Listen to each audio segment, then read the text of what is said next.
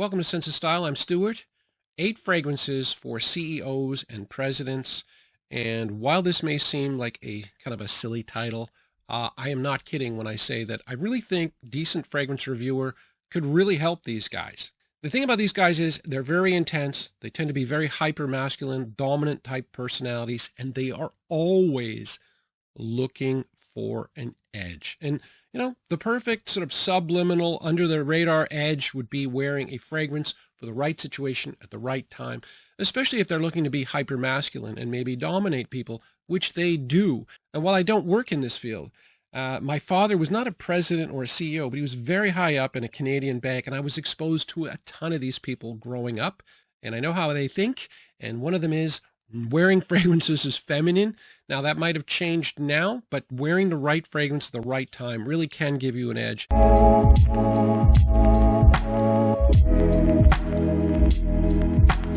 Now there are a lot of different types of executives, a lot of different types of personality, but one of the ones that is pretty prevalent is the domineering type, the alpha male. 70% of people in senior executive positions are alpha male. This is the ultimate alpha male fragrance. This is Gucci Guilty Absolute. And you know what? People should be drowning their clothes and maybe even their office furniture in this scent. While there are a lot of masculine fragrances on the market, there aren't a lot of modern ones. They tend to be very old school. They've got a lot of old school notes in them. This is not. This is from 2017. This is just a lot of straight woods, a lot of leather, patchouli, and a cypress note that gives this a little bit of breathing room, a little bit of burst of freshness, and really makes this fragrance palatable. It also smells a little bit more upscale. It's got really good performance. This is for the hypermasculine alpha male. Fragrance number 2 is also hypermasculine, but it also has an air of sophistication, an air of higher quality. It is Creed's Royal Oud. And look, I'm sorry, Aventus is played out at this point. I mean, I would not recommend Aventus to anybody in that kind of situation. Yeah, it's super high quality, but my God, the number of Aventus clones that are out there is ridiculous. So, I mean, to me, Aventus is played out. This, to me, at the moment anyway, is Creed's #1 fragrance for men. And it's got a very different scent profile, and I've never seen any decent clones of that, or any real clones of this anyway. It is a green, woody, musky fragrance. It's called Royal Oud, but really there's tons of cedar in this as well. There's a cedar, sandalwood, and oud, and that just adds to the woodiness. It's not an oud fragrance at all. It is, however, green as well. It has angelica, which is an herb that's got a green, musky smell to it. Then you throw in some musk as well. You add galbanum to further the green. So you got a lot of musk, a lot of green, and a lot of woods with really good performance. The Creed sophistication, the Creed elegance, the Creed creativity, still very masculine, more sophisticated, more high-end. Now, there are a lot of different ways of showing dominance in a hierarchy. And one of those ways is to be experienced and to own that. And playing off of that, if you are in your late 60s and early 70s, and a lot of these guys are these big power players, go with something like Habit Rouge from 1966. It smells very traditional, and you will be owning the fact that you were there. You're an older guy. You were there at the beginning. You made the company, and don't you forget it kind of thing. This does smell very much like 1966. However, it's a very complex fragrance as well. There's a lot of different facets. Some of them might surprise you. So I hear a lot of people say, well, yeah, it's got a rose note in it. Rose in the macho 60s? Rose is only one facet of a number of different things. It also has 5 citrus notes. So citrus is the top accord. That is what you're going to get most of. Then you get the powdery rose. But there are other things. There is a leather note in here, and it definitely sort of brings down the feminine quality of the rose. And there's also carnation, which is a very traditional note. Carnation was like the crux of something like Old Spice, which goes back to the 40s. So yeah, it's got a definite traditional feel. And then you got some vanilla, and that kind of adds, yeah, a little bit of sweetness, makes the whole thing come off as kind of creamy. It's quite an interesting and complex combination of notes that really works, but definitely smells traditional, and it's great. Fragrance number 4 is Déclaration d'un Soir. Now, this is not a fragrance that you are going to be wearing at work. But a lot of the work that these people do is through networking, making contacts, going to cocktail parties, putting on a tuxedo. And quite frankly, most of being a fragrance reviewer is being analytical. But every now and again, something hits you at your core and you're like, okay, that is your past experiences coming together and going, okay, this is what that is. When I first smelled this, it smelled like I'd be wearing a tuxedo with it. Like, this smells super high class. Déclaration d'un soir. D'un soir means evening. And that's what this is. This is like perfect for a tuxedo. A lot of these social events, you're going to be dressing up. It's going to be at night. Un soir at night. That's what this will do perfectly. So you're starting again with a powdery rose, but it goes in a completely different direction to Habit Rouge.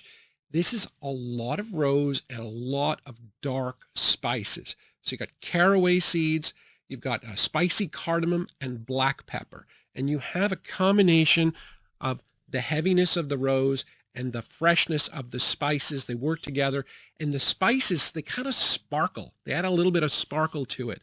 After I've worn it for maybe a couple of hours, it starts to my nose anyway, to get a little plasticky, a little synthetic. That's something that I will notice. Other people won't.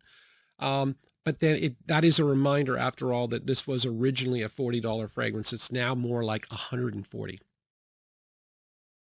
Fragrance number 4 is exclusively for one of those high pressure days, and I'm sure there must be a lot of them for CEOs and presidents of companies where maybe you have to lay off staff, maybe your stock has plunged a bit, that kind of thing. And you want to maintain some composure. You want to maintain, want to still smell fresh. This is for an Homme de Caron. This is from 1935.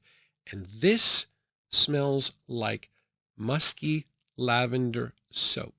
And quite frankly, there was a reviewer I was watching that talked about, there's vanilla in this, right? It's basically vanilla, lavender, and musk.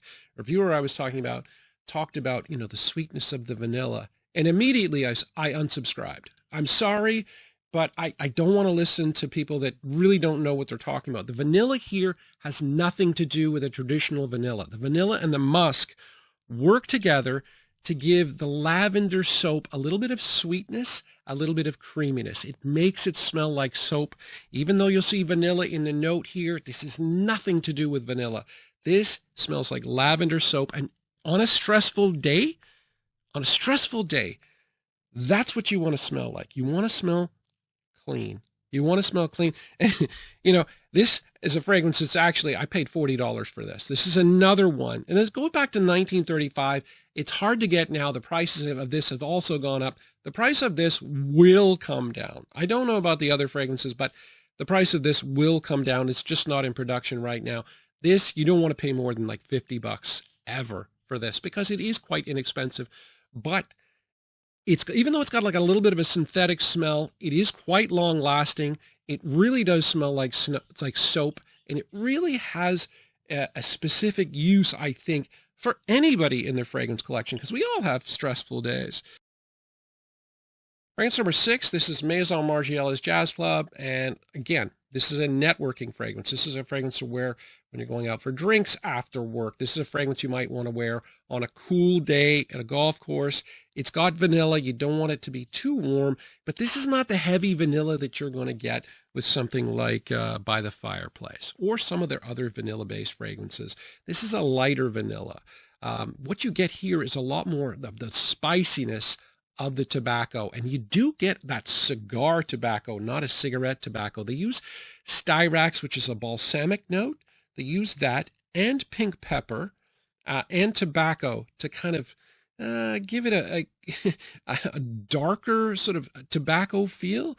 So I think they did a really good job with that. But yeah, this is more tobacco for me anyway than it is vanilla. There's also some rum in here too. So yeah, not everything about being, one of those high-powered executive types is about, being in the office.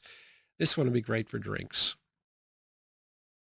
Fragrance number 7, this would be my secret weapon. This one is my favorite office fragrance of all time, bar none. This is Antonio by Antonio Banderas. This came out in 2006, and in 2007, it won a Fragrance Foundation Award, a pretty important one, and this is a completely overlooked, fantastic office scent. It has 2 flaws. One of them is, and the reason you don't know about this is because the bottle, the atomizer, the tops come off, which unfortunately, not great. It also is about 3, maybe 3.5 hours of performance. The thing, though, is the scent here is just unbelievably good, and it's different, and you're not going to smell like vetiver. You're going to smell great, but you're going to smell classy and professional. People talk about, celebrity fragrances. Antonio Banderas is not a typical celebrity. Absolutely not. He worked with Puig for a decade. He actually went to perfumery school for a year, and I think he was at the top of his game when he did this. So what this is, it is a woody, musky, fresh, spicy fragrance. So you get balsam fir and black pepper. That's the fresh, spicy component. Then you get cashmeran, which is a musky, woody note, and then you get musk, right? So it's those three together. It has a hint, and I mean, this is just me here, but a hint of sweetness as well. It's just beautiful fragrance. Projection for an office fragrance is about a foot. That's what you're going to get. But yeah, it's not the longest lasting fragrance in the world, but this is one that I adore. It's the very first fragrance I ever reviewed. Finally, we have Lalique Encre Noire, and you can never have too many office options. And this is a really good one, a really inexpensive one, but it's a really high quality one. So you're going to get a lot of vetiver here, which oddly enough is the only vetiver fragrance on this entire list. And you would think that there would be more, but you don't have to just wear vetiver in an office environment situation. So this is vetiver. It also has some citrus off the top. It has some watery notes. It's got kind of a fresh, cypressy kind of component that can come off, admittedly, smelling like pickle juice. But when you're wearing in an office situation, it might smell like pickle juice on your hand when you're testing it.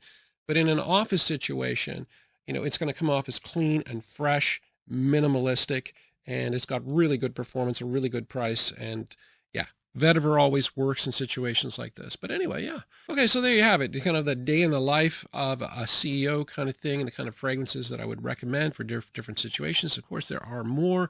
There are some higher quality vetiver fragrances than Encre Noire, but I don't know. It's going to be tough to beat this guy. Anyway, thanks for watching.